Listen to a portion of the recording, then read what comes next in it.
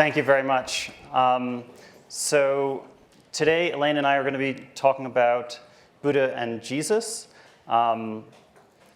Before they were the respective founders of Buddhism and Christianity, they each had, according to their biographies, a very important transformative moment, an awakening event, after which everything changed. After the awakening event, they both became moral exemplars and teachers. And so we're going to be talking about these two moments, the awakening event and the moral instructions for Buddha and for Jesus. The idea is to notice similarities among differences and differences among similarities. One of the key benefits of the study of religion is that by juxtaposing similarities and differences in this way, we can highlight the unique particularities of each tradition, even as we deepen our understanding of what they share. So, I work on Buddhism, so I'll start with the Buddha. As Eric mentioned, the Buddha's 3,000 miles away from Jesus, probably, and more than 4 centuries before, and yet they talk about so many of the same things. And the awakening event and the moral instructions are some of these areas where they seem to overlap. They're also extremely deep differences. So to start with the awakening event for the Buddha, I'm going to talk about 4 distinct phases.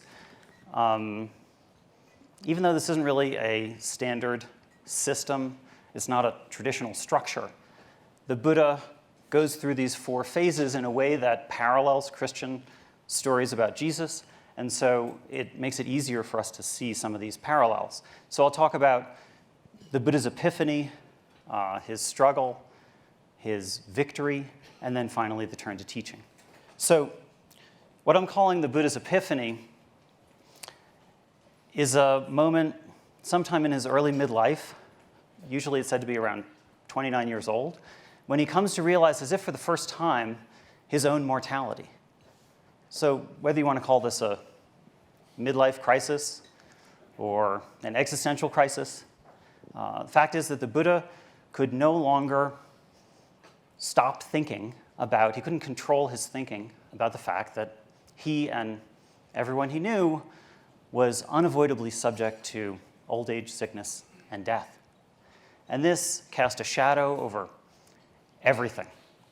And he could no longer take pleasure in life. He felt something had to be done about the problem of suffering and the problem of death. So he leaves home and engages a life of wandering, spiritual seeking, and meditation, yoga.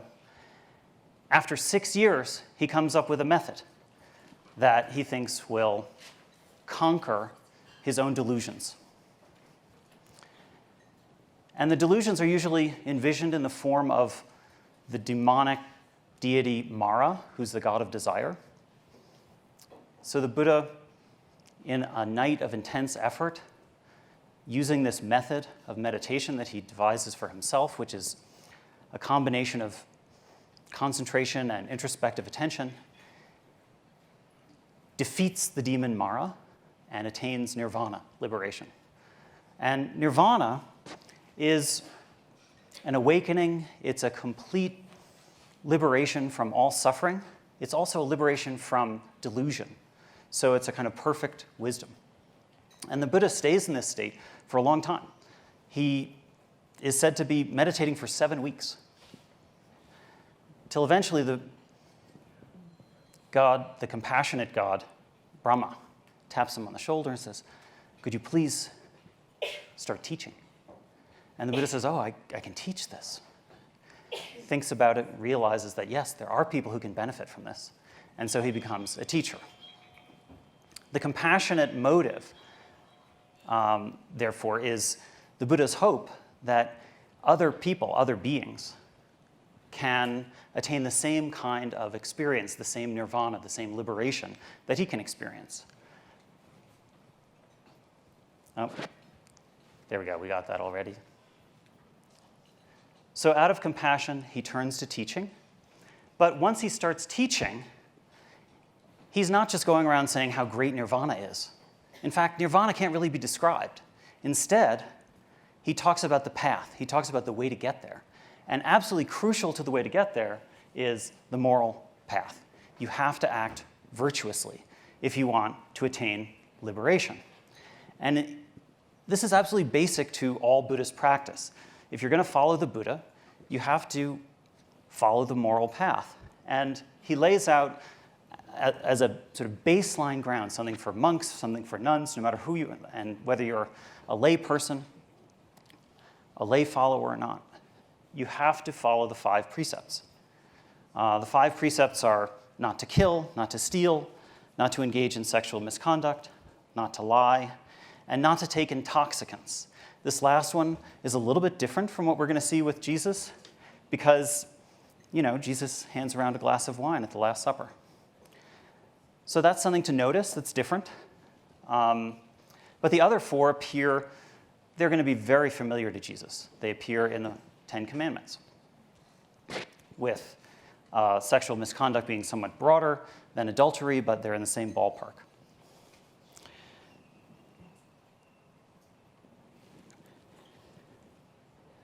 So refraining from these misdeeds leads you to a good rebirth. In addition to these basic moral virtues, the Buddha describes a whole set of practices, I'm pushing the wrong button, to cultivate a very deep experience of loving kindness. And he says that this loving kindness practice is much, much more valuable than just ordinary meritorious good deeds. So I'll read the quote. Just as the radiance of all the stars does not equal a 16th part of the moon's radiance, but the moon's radiance surpasses them and shines forth bright and brilliant, even so, whatever grounds there are for making merit productive of a future rebirth, all these do not equal a 16th part of the mind release of loving kindness. The mind release of loving kindness surpasses them and shines forth bright and brilliant. So the point is that as crucial as the 5 precepts and other moral practices are, this deep cultivation of universal loving kindness is much, much more effective. So we get these 2 layers of moral practice, the 5 precepts and this deeper idea of loving kindness. And both of them are expressions of the doctrine of karma. Now, what's karma? The idea is that our actions, the way that we act, have an effect on us. Whenever we act, of course, we affect the world, we make change, we change other people, but we also have an effect on us, on ourselves. So actions that affect ourselves, we call karma. And generally, when Buddhists are talking about the consequences of karma, the consequences for us of our actions, they're talking about after-death consequences. They're talking about processes of rebirth. So when you act in one way or another, you might end up going to heaven, you might end up going to hell. The being you make yourself for your next life through karma might be a rich person in the next life, might be a poor person in the next life. And the Buddha described a whole range of detailed descriptions of the cosmos, which include these heavenly realms, the formless realms, and the form realms, and then also the desire realm, which is where most of us are. All of us here are living in the desire realm, governed by Mara, this demonic figure, the god of desire. So there are all kinds of ways that you can be reborn. You can be reborn in hell and heaven. You could be reborn as an animal, as a hungry ghost. But it's all governed by karma. For instance, if you kill someone, you might end up in hell. If you are very generous, you might end up being reborn in a wealthy family. If you are extremely compassionate, you could be reborn among the long-lived gods. But there are also consequences not just in the next life, but in this life. The Buddha describes how karma affects our minds. Our actions affect our mind. So we know this very clearly for when we're engaged in any kind of training, any kind of self-cultivation. You learn a new skill, you learn how to drive, you learn an instrument. Whenever you're studying for a test, you know you're acting in a way that cultivates your own mind, changes your mind, changes who you are, so that once you know a new language or something, you can communicate with people who you couldn't otherwise communicate with. You can go places in the car now that you can drive. Also, we know that when we act in relation to another person, the way that we treat a person affects how we experience our relationship with that person in the future. So our actions in this life are having effects on us all the time. What the Buddha argues, what he says is one of his key discoveries, is that karma is moral. If you want to have a positive effect on your mind, you have to act virtuously. And we can see this when we think about even just small, non-virtuous actions, like when you selfishly park in a no parking zone, or if you tell a lie to sort of make yourself look a little better. That affects your mental state. It makes you anxious. It's just part of your ordinary processes of the mind, that this leads to kind of greater ego, greater clinging, and greater cycles of selfishness. And you end up lying to cover your lies, which creates greater problems. Of course, the more significant negative actions have a more significant effect on your mental state. So the only way to reverse this situation, to overcome this sort of endless cycle that we're in of ego and clinging, is to make a commitment to virtuous action. Virtuous action, the Buddha says, is the only way to calm the mind and to transform the mind. At the same time, the Buddha says that a calm mind is able to see how to act virtuously. So what does he say about this? Here, bhikkhus, having encompassed a mentally placid person's mind with my own mind, so he's just pointing out that he can read minds, so he knows what he's talking about. I understand that if this person were to die at this time, he would be deposited in heaven as if brought there. For what reason? Because his mind is placid. It's because of mental placidity that with the breakup of the body after death, some beings are reborn in a good destination, in a heavenly world. So this is remarkable. Just by having a placid mind, you get to go to heaven. Why is that? What's so great about a placid mind? Well, it's not just having a placid mind is great. It's the result of that. He says, bhikkhus, suppose there was a pool of water that was clear, serene, and limpid. Then a man with good sight standing on the bank could see shells, gravel, and pebbles, and shoals of fish swimming about and resting. For what reason? Because the water is limpid. So too, it's possible for a bhikkhu with a limpid mind to know his own good, the good of others, and the good of both, and to realize a superhuman distinction in knowledge and vision worthy of the noble ones. For what reason? Because his mind is limpid. So the point is that when we're ordinarily agitated, when we're just our ordinary agitated selves, when we're stressed, when we're worried, when we're just who we normally are, our minds are clouded. We don't see things clearly. We don't know what's right for ourselves. We act on emotion. We act on instinct. We can't see the right way to act. But if we can calm the mind and become more placid, then the appropriate way to act becomes clear. And with these deeper states of placidity, we become able to see the necessity of the 5 precepts. So it's sometimes said that if you have a placid mind, there's no way to engage in killing, lying, stealing, and so on. But even more so, you get to see the benefits, what the benefits are of following these rules, and you become motivated to continue on the path toward greater placidity. So the Buddha describes this sort of virtuous circle where virtuous action calms the mind, and a calm mind then sees how to act virtuously and is motivated to act virtuously. And all of this works to help diminish this ego, attachment, and clinging and selfishness, and move us toward an ever deeper, universal loving kindness. Okay, thanks. Thank you. Thank you. This has been wonderful to start to compare the traditions of Jesus and Buddha. And when people are being nice and ecumenical, they sort of want to say, well, all religions really say the same thing, really. But the more we did this, the more we realized that that's often not true. There are really big differences. Mm-hmm. But when it comes to the very heart of the matter that Jonathan just spoke about, that's where we find the similarities that really strike us. So here goes. The story of Jesus, like the story of Buddha, starts with an event that turns Jesus of Nazareth into the one we call Jesus, the Messiah, the Anointed One. And it says that Jesus, like Buddha, was on a path. He left his home in rural Judea.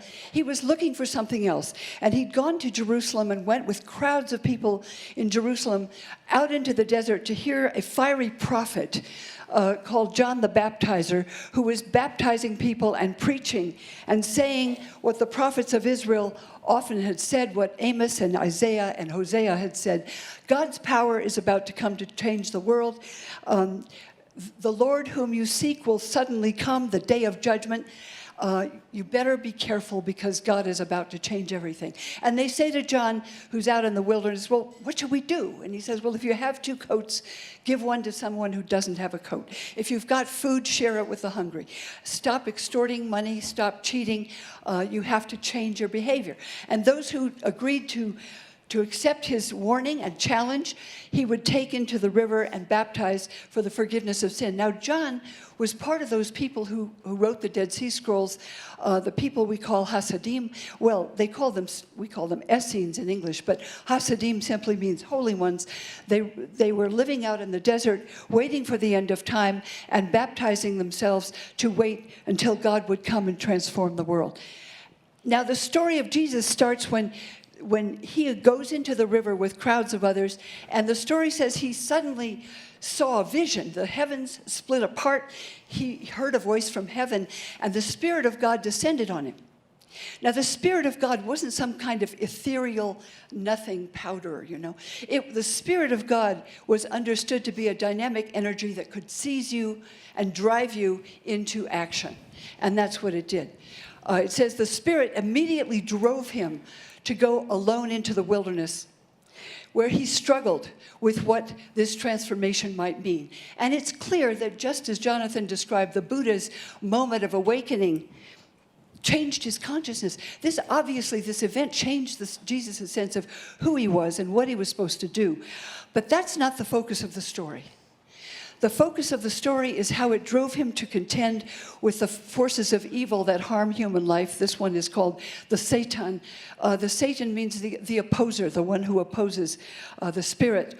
And Jesus somehow struggles alone in the desert with wild animals in darkness and fear, and comes out of it somehow having single-handed combat with the forces of evil. And when he comes out of the desert, he emerges and hears that his mentor, John the Baptist, has been arrested and brutally beheaded in prison. So he took up John's message immediately and began to preach. So here, while the Buddha's awakening and the story focuses on interior transformation, how to accept suffering, how you change your mental attitudes and all that. And the story of the Buddha is meant to say, okay, if you want to follow the path of the Buddha, then you should undergo similar mental transformations. The story of Jesus focuses, as I said, on something different. It focuses on how this energy, this spirit, impels him into action. And the first thing he does in this story is heal a woman who's sick with a fever. He heals an epileptic, and then the stories go on to suggest that he could heal even things considered incurable, like blindness and death itself. At the same time, he also challenged social and political suffering, acts out Israel's deliverance from slavery in Egypt, and anticipates his people's liberation from the Roman domination in Judea. And of course, for that, the Roman governor Pilate ordered his crucifixion. There were thousands of others crucified at the time for suspected insurrection against Roman domination in the name of the God of Israel. And Jesus was only one of thousands. But the first thing he did after this moment of awakening is like the Buddha, he became a teacher. So he went into a synagogue, and the way he taught John's message was less of a warning than it was good news. He said, good news. God's kingdom is about to overcome the powers of evil. Get ready.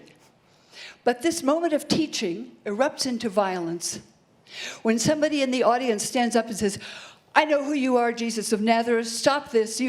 Have you come to destroy us? And Jesus understands that the man is speaking for the evil power that possesses him. That's how epilepsy or mental illness was understood. And he says, be silent, come out of him. And the man screams, falls on the floor in convulsions, and suddenly is subdued. And people say, what's this? He's teaching with power, not like the scribes, not like the scholars. This is something else. So Jesus appears not only as a teacher, but really almost, if you read the Gospel of Mark, like a kind of therapist who attacks the evil powers, illness, suffering, mental illness, physical illness, whatever causes human suffering. So you have a very different cultural context here. The day of judgment is coming. But then you find, as Jonathan said, striking similarities right in the heart of it. Now, as you commented, Jonathan, he takes for granted 4 of the Buddha's precepts not to kill and steal and lie, because these are all part of Jewish tradition that he's had for 1,000 years. Wine was understood in Jewish tradition not as an intoxicant so much as a part of celebrating joyful events. Second, like the Buddha, Jesus wants more, requires more than a refraining from negative behavior. That so-called golden rule, do to others what you would have them do to you. Love your brother. Forgive and you'll be forgiven. Give and it will be given to you. So when Jesus is asked, well, wait, when God judges the world, how will he do that? The Gospel of Luke makes it very clear. This is a quote. What you give is what you get. So if you give to others generosity, forgiveness, understanding, God will be generous and understanding and forgiving to you. If you judge people harshly, you're going to be judged harshly. It's a precisely reciprocal response to your actions, what happens to you in the judgment. That's the teaching. And there's this famous story, as we almost conclude, when Jesus is asked, what will happen in the judgment? He says, well, when the Son of Man judges the world, he'll ask about one thing, and that's compassion. So there's this famous story he tells about the sheep and the goats. You know, for shepherds, it's hard to tell them apart when they're in a crowd. And Jesus separates those on the left and the right. And to those he calls the sheep, he says, welcome to God's kingdom. I was hungry. You gave me food. I was thirsty. You gave me water. I was a stranger and you welcomed me, right? Speaking to Linda here and others.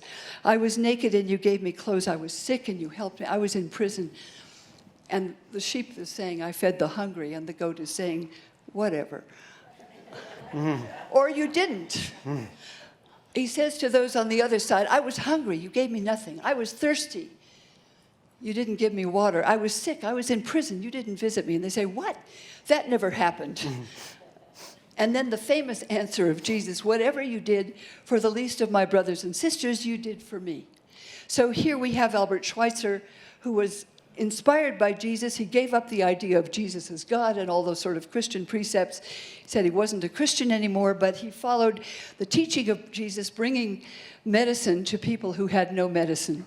And these are many images of others who are inspired to do similar acts of compassion and mercy.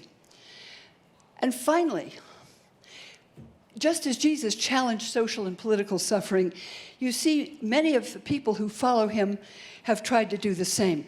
On the left here, Leon Tolstoy, speaking with Gandhi about the British domination of India and South Africa.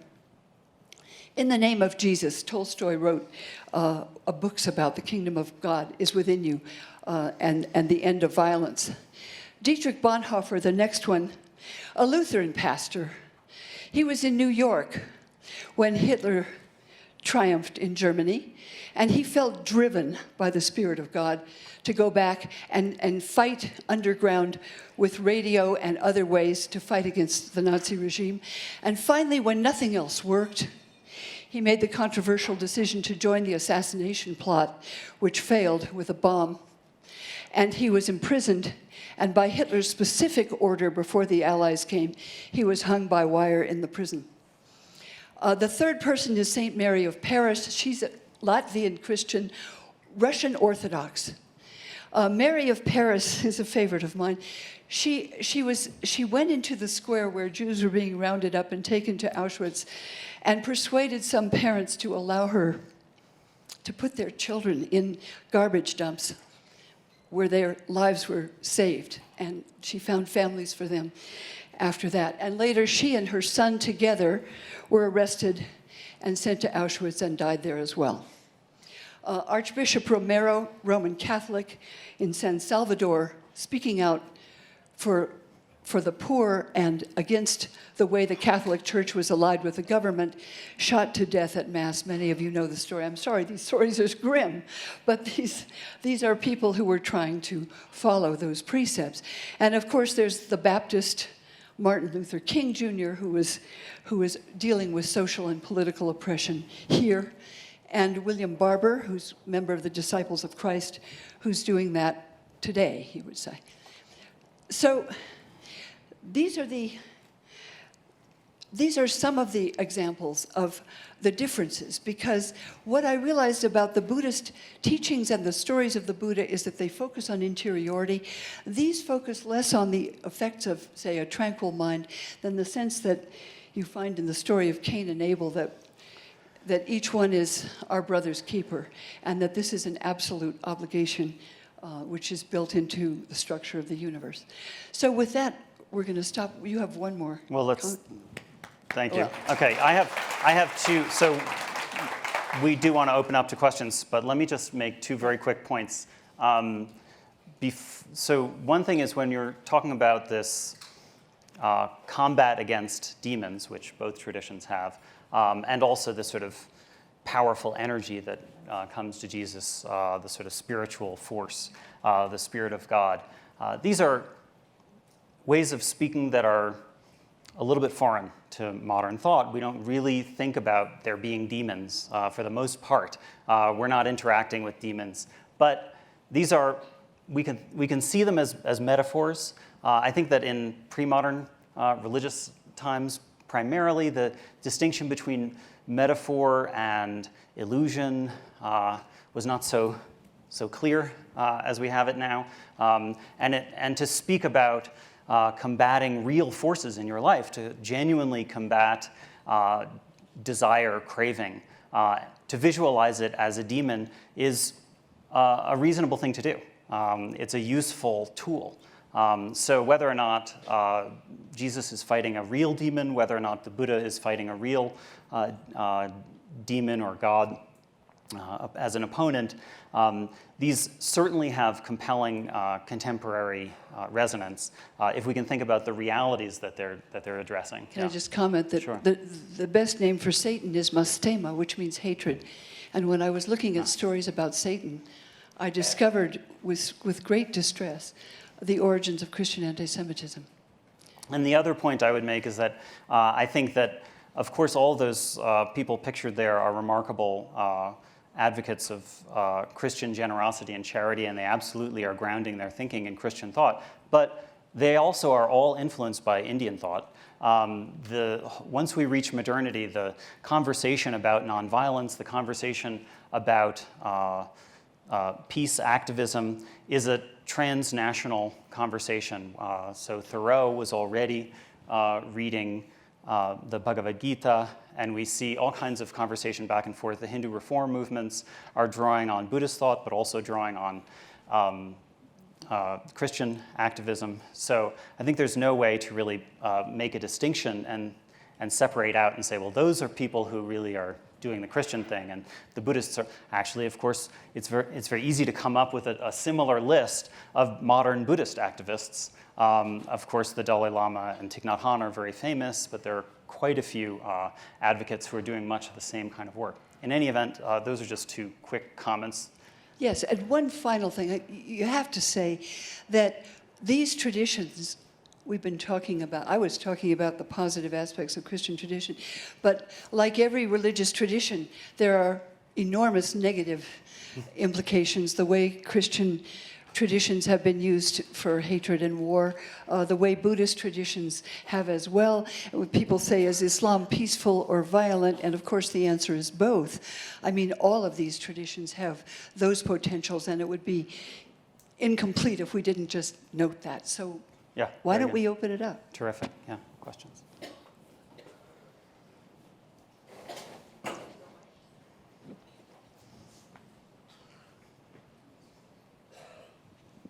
I really enjoyed your talk, and I think it's, if people are more aware of the similarities and dissimilarities, there would be less hate. My question is, in going over similarities and differences, I saw a high correlation of Judaism to Christianity. It has the Ten Commandments. They talk about the Yetzer Hara, which is a demon, and the Yetzer Tov. And so what is the breaking, other than the acceptance, is there any other breaking difference? Well, Jesus wasn't a Christian, you know. I mean, Christianity becomes invented. Okay, this is my take on it. So as some evangelical Christians call me, Elaine Pagan.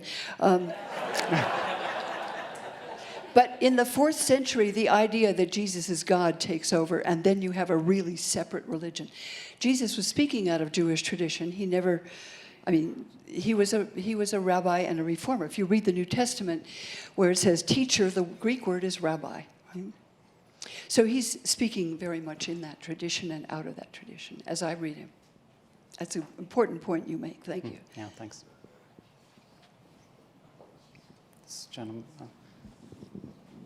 When I was reading the Bhagavad Gita, and there was a line in it that said, a finite mind cannot understand an infinite mind. And I was amazed, because how did that happen? How did the Bhagavad Gita comes from a different time, a different place, but it had the same line. I saw it in the Bible. That's more in your area. Yeah, Jonathan. okay, so, but is the question, how do humans come up with the similar ideas, right? So this is one of the reasons I think that we like to think of religious studies as part of the humanities. We're studying human beings. And there are ideas that are out there to learn, to discover. When we push the limits of thought, we can think about the infinite, we can think about the idea of the infinite, but there's a kind of a line that's difficult to cross. I think that those are discoveries that have occurred in multiple traditions. And I don't think it's actually, once we notice that, it's not that surprising that people will come up with the same ideas. I don't think that there's a reason to believe in some kind of direct influence.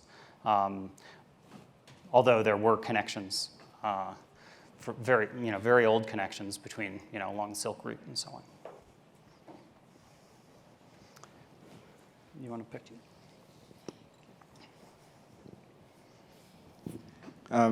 This question is for you, Jonathan. I'm curious about why you focused on the 5 precepts as opposed to the Eightfold Path in Buddhism. So we wanted to talk about sort of generalizable virtues. The Eightfold Path does include, we could. One of the things that's great about the Buddhist tradition is there are these lists, and from any of the lists you can sort of go into the entire tradition. So I could get you from the 5 precepts to the Eightfold Path if you want. The 5 precepts are to a large degree embedded within right livelihood, and you can sort of, but I wanted to have the sort of generalized view of lay people and monks, and the kind of shared path. The Eightfold Path, for those of you who haven't yet memorized all of the numerics in the Buddhist tradition, is a summary of the main cultivations on the path, and that includes meditative cultivation, but and moral cultivation, but also ordinary life. So. Can I just add that we were trying to cram 7,000 years of two different traditions into a semester, right? So here they said, well, you could do it in 45 minutes, okay? Mm-hmm. Jonathan talked a lot about that in our course. Yeah, there's too much to cover for sure. Okay, out here. So I have a question. I will admit the only book on Buddhism I've read is the Dalai Lama's Cat, which I thought was very interesting as a novel told from the perspective of the cat. Anyways, sure. In it, the Dalai Lama is talking about folks who come from other religious traditions, whether they're Catholic or they're Christian, and how that can also be sort of a path to enlightenment, which is very different. I come from an evangelical family, very different. And so I was wondering, do Buddhists believe you can, achieve nirvana or go to heaven from coming from different religious traditions? Do you have to be a Buddhist? How, does that make sense? That's a great question. The Buddhist tradition believes in this vast span of time through which we've all been reborn again and again. You can do virtuous action in many different traditions, and there's no reason that you have the coming of a Buddha in the whole span of the vast eons of existence is very, very rare. And so the idea that you would be able to follow the Buddhist path is very unlikely in historical terms from a Buddhist perspective. That doesn't mean that you can't act virtuously. And this is one of the things that the Buddhists see, is that all you have to do is calm down and look, and you can see what's right and wrong. You can get the basic virtues right through a whole set of different strategies. You're not going to attain nirvana. You're not going to attain liberation. So if the Dalai Lama's cat understood that from the Dalai Lama, probably that's sort of overly optimistic. There is still this ecumenism in the Buddhist tradition, and that especially the Dalai Lama emphasizes this. He's very much a modern liberal thinker.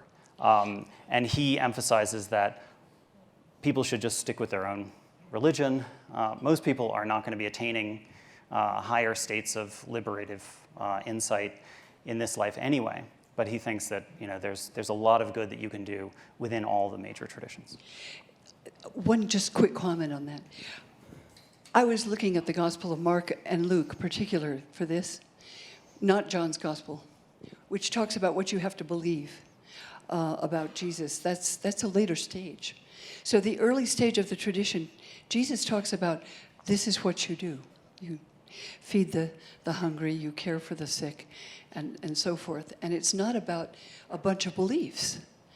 It's about what you do and what happens in the judgment. So I'm glad you brought that up. Do we have another question? Yes. So just synthesizing your comments, I'd like to see if I'm taking away what you intend. It sounds to me like you're saying the chief difference between Buddhism and Christianity, from what you presented, other than intoxicants, is that the motivations in Buddhism are internal. My goal is to achieve a calm mind, and then I do virtue to achieve a calm mind. And then in Christianity, it's more motivation is external. It's the God's will on me that drives me to virtue, and then I do these virtues to honor God. Is that? I think that is an accurate statement, and neither excludes the other, right? I mean, it's just that the Christian tradition and these early narratives about Jesus, because they're meant to be teaching instructions about you and me, right? And that's what they focus on, what you do. Whereas the Buddha's teaching talks about the effect on your tranquility. I want to add, though, that from the Buddhist perspective, how you act in the world is a direct reflection of your state of mind. Yeah. So if you're going to be virtuous, if you're going to be friendly to other people, it's because you have control of your mind. And to the degree that you're acting virtuously because you want to look good, and you want to make other people think that you're terrific, that's causing a lot of damage to yourself and others. And often you can act in a very unskillful way by going in and disrupting things, thinking that you're going to look great. So the Buddhist tradition says that most of our motivations need to be re-examined. And from the Buddhist tradition, I think it is true that they are much more focused on the practices internal to the mind, certainly than the Christian tradition. They might say, well, the Christians say that you should act virtuously, but they don't tell you how. They tell you what you should do, but nobody does that. And the question is, How do you get from where you actually are as a human being to the point of being able to act in a genuinely virtuous way where you actually think about others above yourself and not just think about like how you should look good? Okay, we have one down in the corner. Thank you for the presentation. Yeah, I'm curious about, and you referenced it a bit, with just the various teachings. We talked about how Jesus affected and how the different traditions people have affected the political, but the political affecting the religious. I'm curious about how the books have been changed and the writings over history, because, for example, I've not read the Dead Sea Scrolls, but I understand that it talks about Christ and Jesus believing in reincarnation. I don't know if that's accurate or not, in the Dead Sea Scrolls. And how the books have been changed and altered by popes and other, throughout history. Just your comments about the teachings and the distortion of the teachings. Well, I'm not an expert on the scrolls. They do speak about a teacher of righteousness, and some people will interpret that as Jesus, but probably they're not thinking of Jesus of Nazareth. Yeah, they're talking about the coming of the end of the time. They're talking about liturgy and practice and how to get close to God. I don't have a simple answer to that. It's an interesting question. The question is an interesting question. Again, we have such limited time to talk about the way that texts get reinterpreted and re-envisioned by different time periods and different political actors. The point is that, yes, they're all getting reinterpreted and changed and rethought throughout the centuries, and there are multiple forms of all of these traditions. So I don't know how to answer that in a quick thumbnail sketch.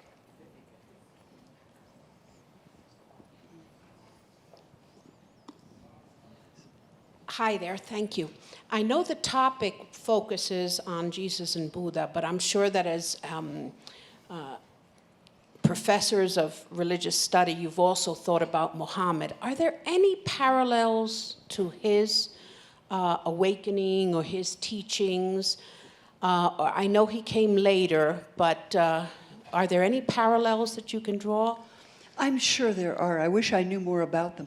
The reason we don't do comparative religion more is that none of us knows enough. So I asked a colleague of mine who's a Pakistani Muslim whether we could do Jesus and Muhammad, and maybe sometime we'll do it.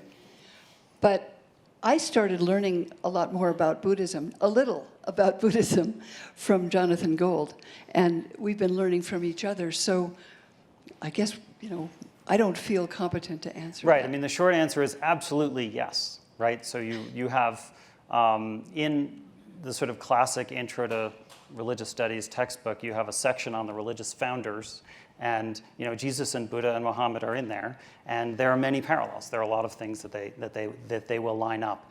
But as Elaine is saying, I've learned a ton from being in this course teaching with Elaine, and I didn't so much that I didn't know, and all the nuance that I didn't understand about Jesus and Christian scriptures. So we're not comfortable trying to venture in. And many of the other topics we took up show a lot more contrast. We chose this one for today in 45 minutes, right? Because that's where the heart of the similarities struck us.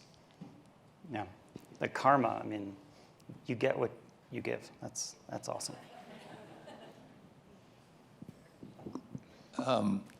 Thank you both for this incredible presentation. And thank the Aspen Institute for putting something on about comparative religions for a change. I think that's very... I'm really struck by and fascinated by religious entrepreneurs.